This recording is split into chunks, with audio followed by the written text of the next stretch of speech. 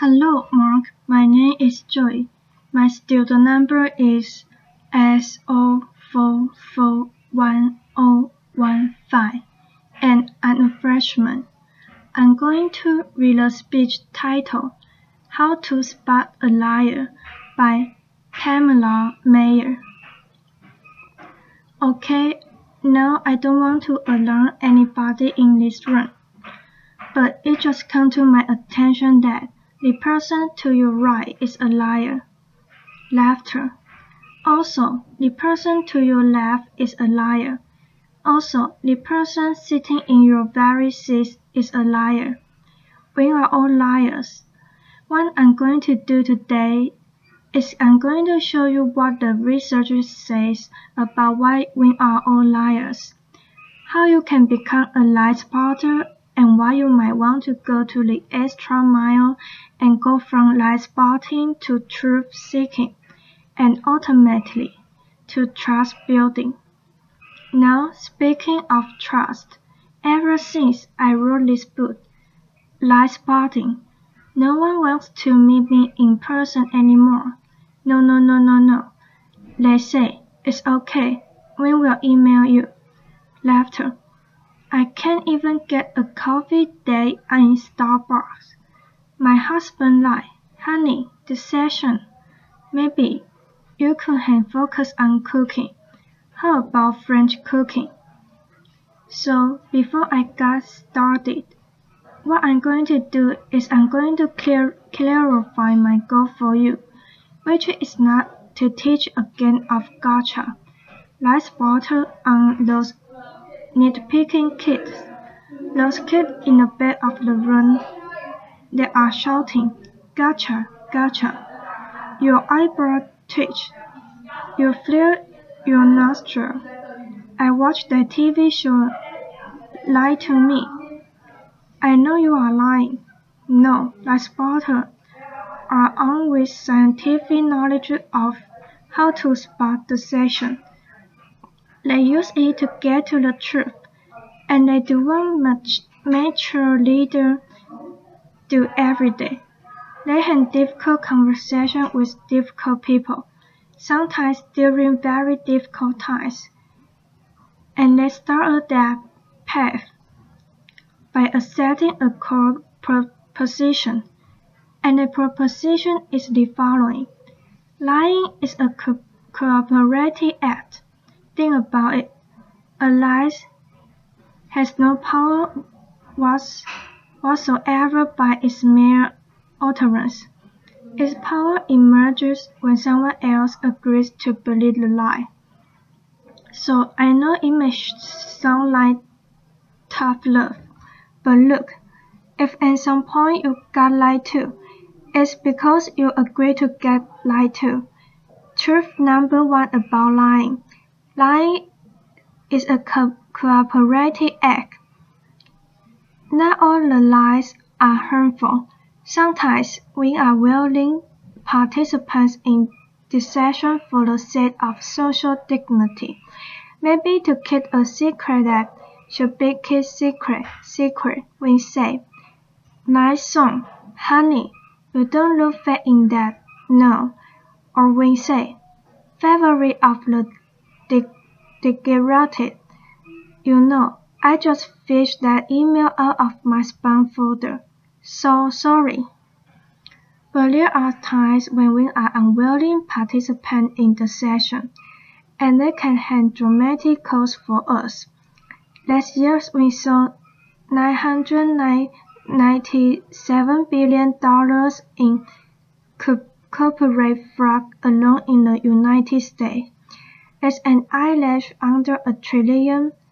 That's 7% of revenues. The session can cost billions. Think Enron, Madoff, the mortgage crisis, or in the case of the double agents and traitors like Ruben Hansen or Idris M. Lies can betray our country. They can compromise our security. They can undermine democracy. They can cause the death of those that defend us. The session is actually serious business. His comment, Henry Oberlander. He was such an emphatic comment. British authorities say he could have undermined the entire banking system of the Western world. And you can't find this guy on Google. You can't find him anywhere. He was interviewed once, and he said the following. He said, "Look, I got one rule." And it was Henry's rule. He said, "Look, everyone is willing to get you something. They are ready to get you something for whatever it is they are hungry for. And that's the crux of it. If you don't want to be deceived, you have to know what is it that you are hungry for." And we all kind of had to admit, we wish we were better husband, better wife, smarter, more powerful, taller, richer. The list goes on. Lying is an attempt to bridge that gap, to connect our wishes and our fantasies about who we wish we were, how we wish we could be, with what we are really like.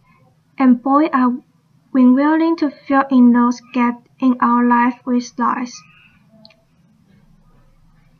On a given day, studies show that you may be lied to anywhere from 10 to 200 times.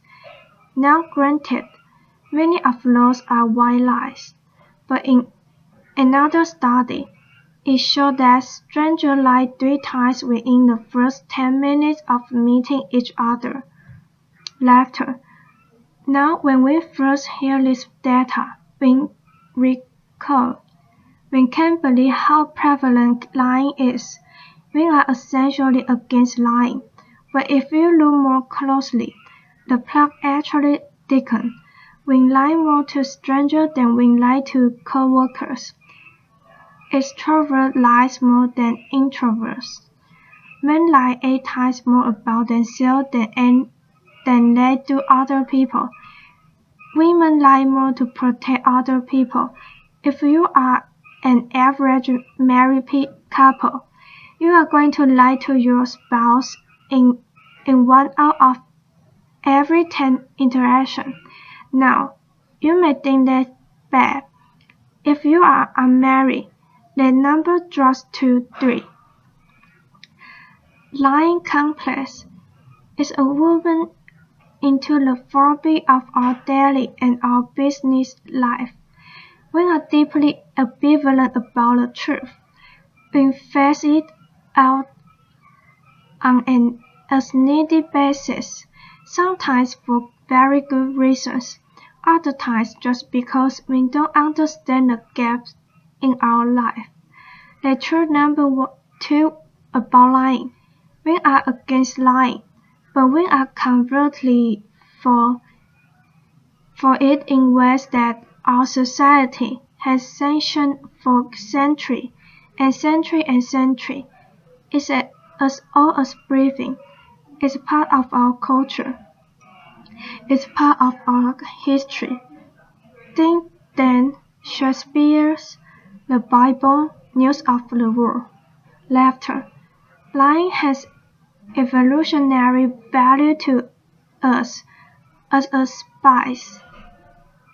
species.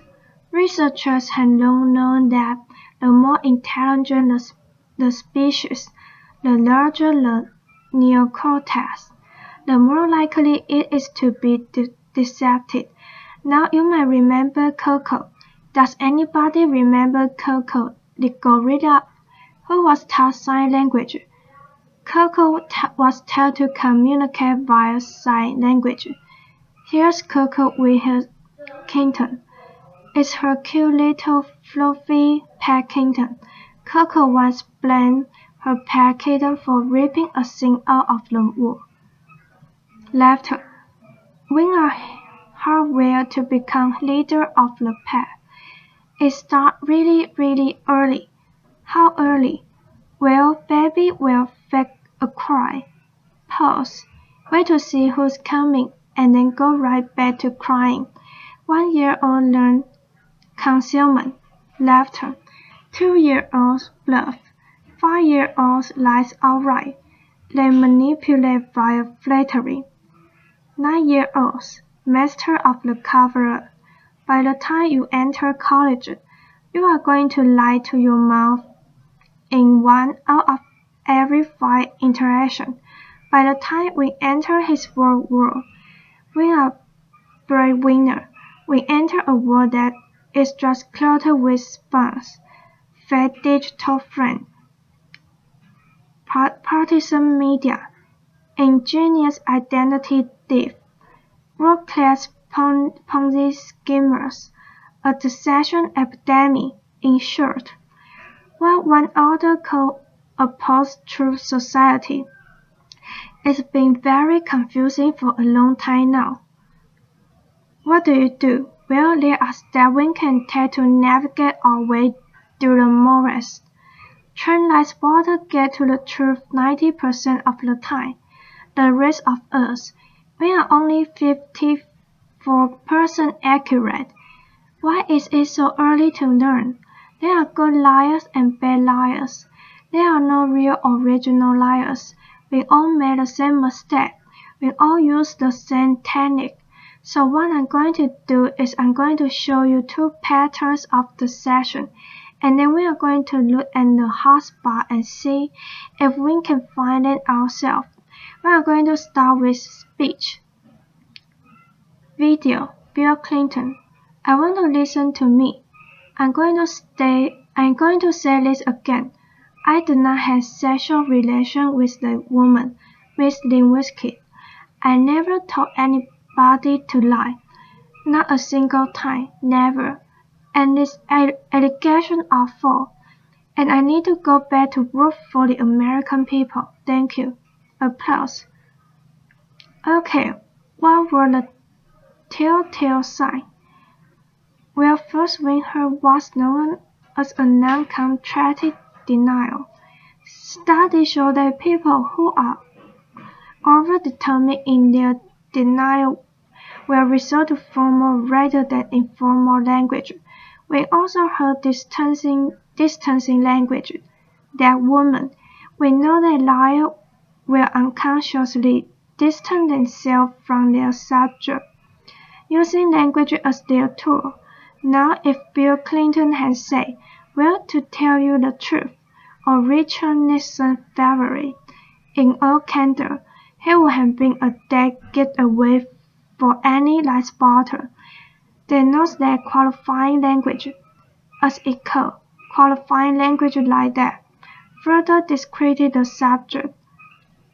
Now, if he had repeated the question in its entirety, or if he had papered this account with a little too much detail, and we are all really glad he didn't do that, he would have further discredited himself. Freud had it right. Freud said, look, there's much more to it than speech. No mortal can keep a secret. If his lips are silent, he chatters with his fingertips. And we all do it no matter how powerful you are. We all chatter with our fingertips. I'm going to show you Donald Strauss-Kahn with Obama who's chattering with his fingertip. Laughter. Now let's bring us to the next pattern, which is body language. With body language, here's what you got to do. You really got to just throw your assumption out the door. Let the science temper your knowledge a little bit, because when thin liars fake gap all the time, well, guess what? They are known to freeze their upper bodies when they are lying.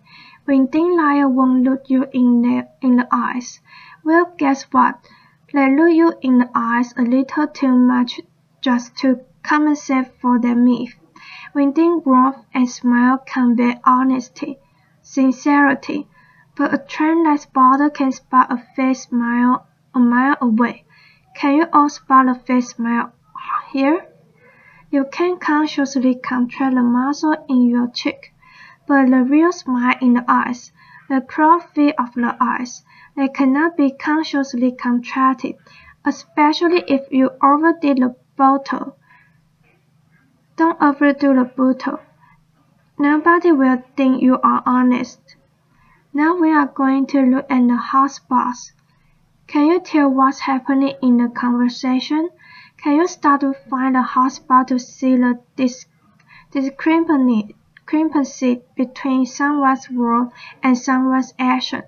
Now, I know it seems really obvious, but when you are having a conversation with someone you suspect of deception, attitude is by far the most overlooked but telling of indicator. An honest person is going to cooperate. They are going to show they are on your side. They are going to be enthusiastic. They are going to be willing and helpful to getting you to the truth. They are going to be willing to brainstorm, then suspect, provide details.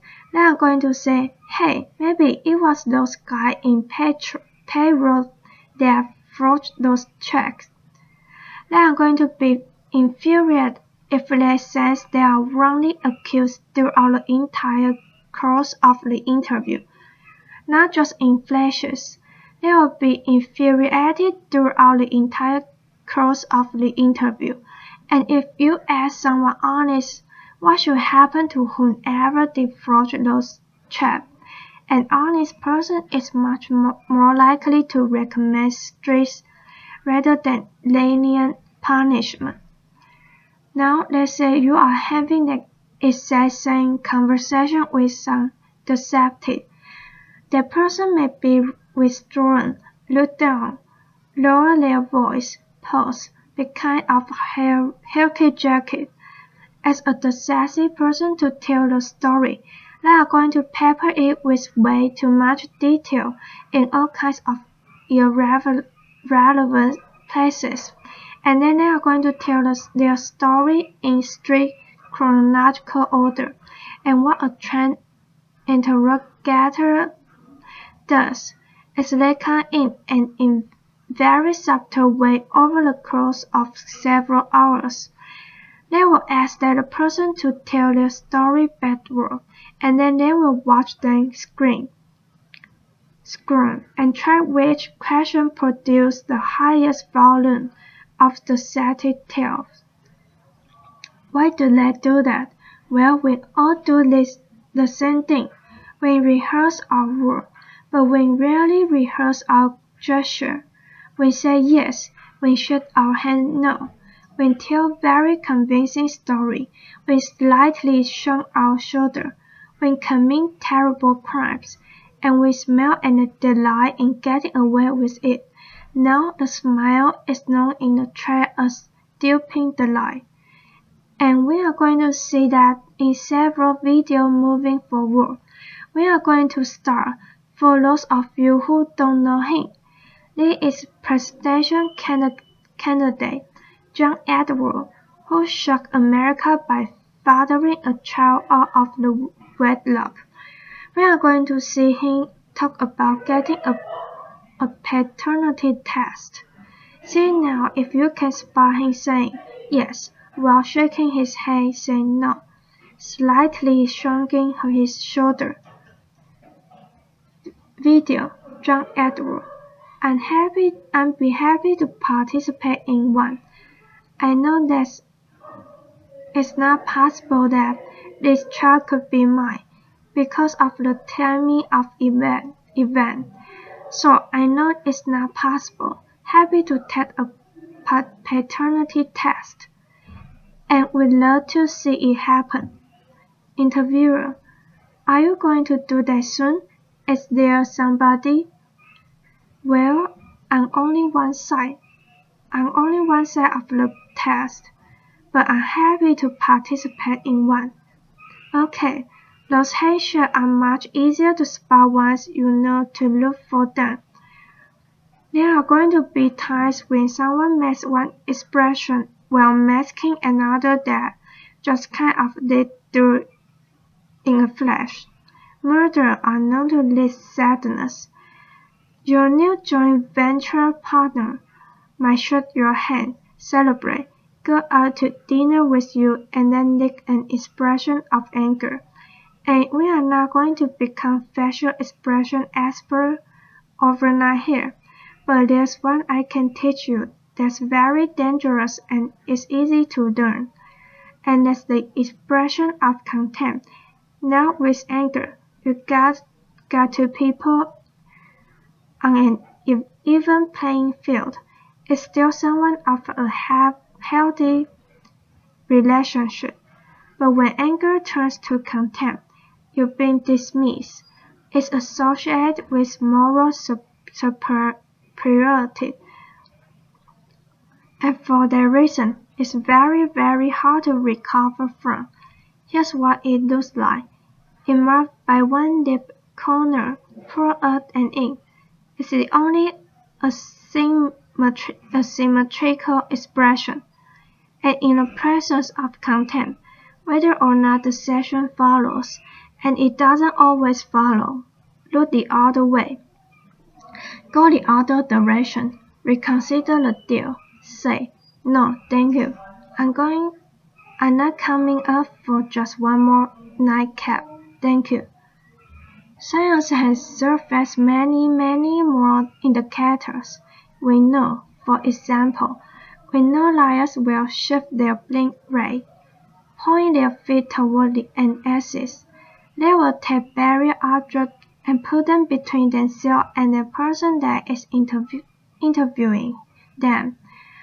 They will alter their vocal tone, often making their vocal tone much lower. Now here's the deal. Its behavior are just behaviors. They are not proof of the session. They are red flags. When human beings, we met the setting feeling gestured all over the place all day long. They don't mean anything in and of themselves. But when you see clusters of them, that's your signal. Look, listen, probe, ask some hard questions. Get out of the very comfortable mode of knowing. Walk into curiosity mode. Ask more questions.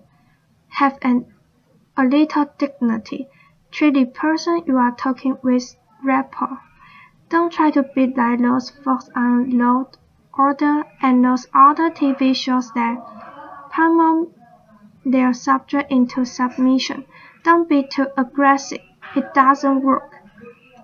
Sure, we talk a little bit about how to talk to someone who's lying and how to spot a lie. As I promised, we are going to look at what the truth looks like. But I'm going to show you two videos, two models. One is lying, one is telling the truth. And these were surfaced by researcher David Matsumoto in California, and I think they are an excellent example of what the truth looks like. This mother, Dan Downs, shot her kids at close range, drew them to the hospital where they bled all over the car, claimed a scragged hair stranger did, and you will see when you see the video, she can't even pretend to be an agony mother. What you want to look for here is an incredible discrepancy between horrific events that she described and her very, very cruel demeanor. And if you look closely, you will see dumpy delight throughout the video. This video, then down. At night, when I close my eyes, I can see Christine reaching her head out to me while I'm driving, and the blood just keeps coming out of her mouth. And then maybe it will fade with time, but I don't think so. They bother me the most. Now I'm going to show you a video of an actual grieving mother, Evelyn Runyan, confronting her daughter murder and torture in court. Here, you are going to see no false emotion, just authentic expression of a mother agony.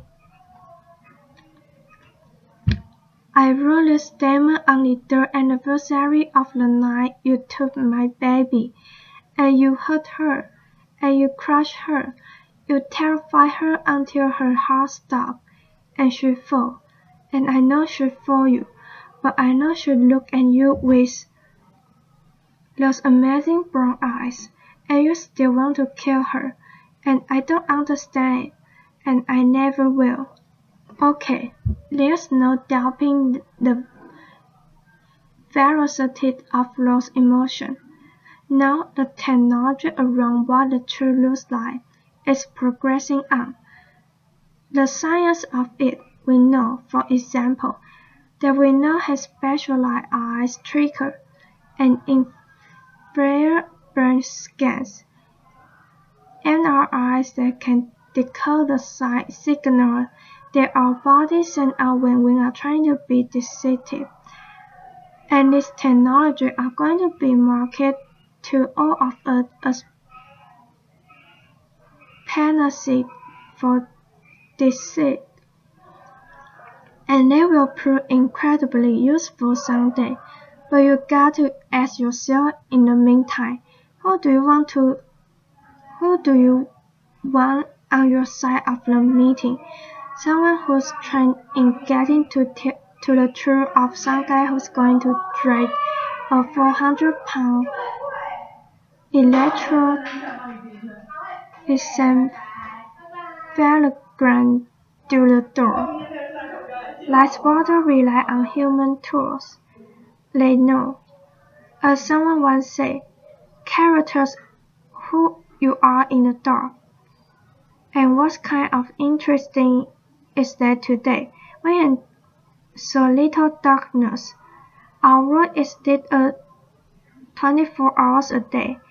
It's transparent with blog and social network broadcasting the birth of a whole new generation of people that have made a choice to live their life in public.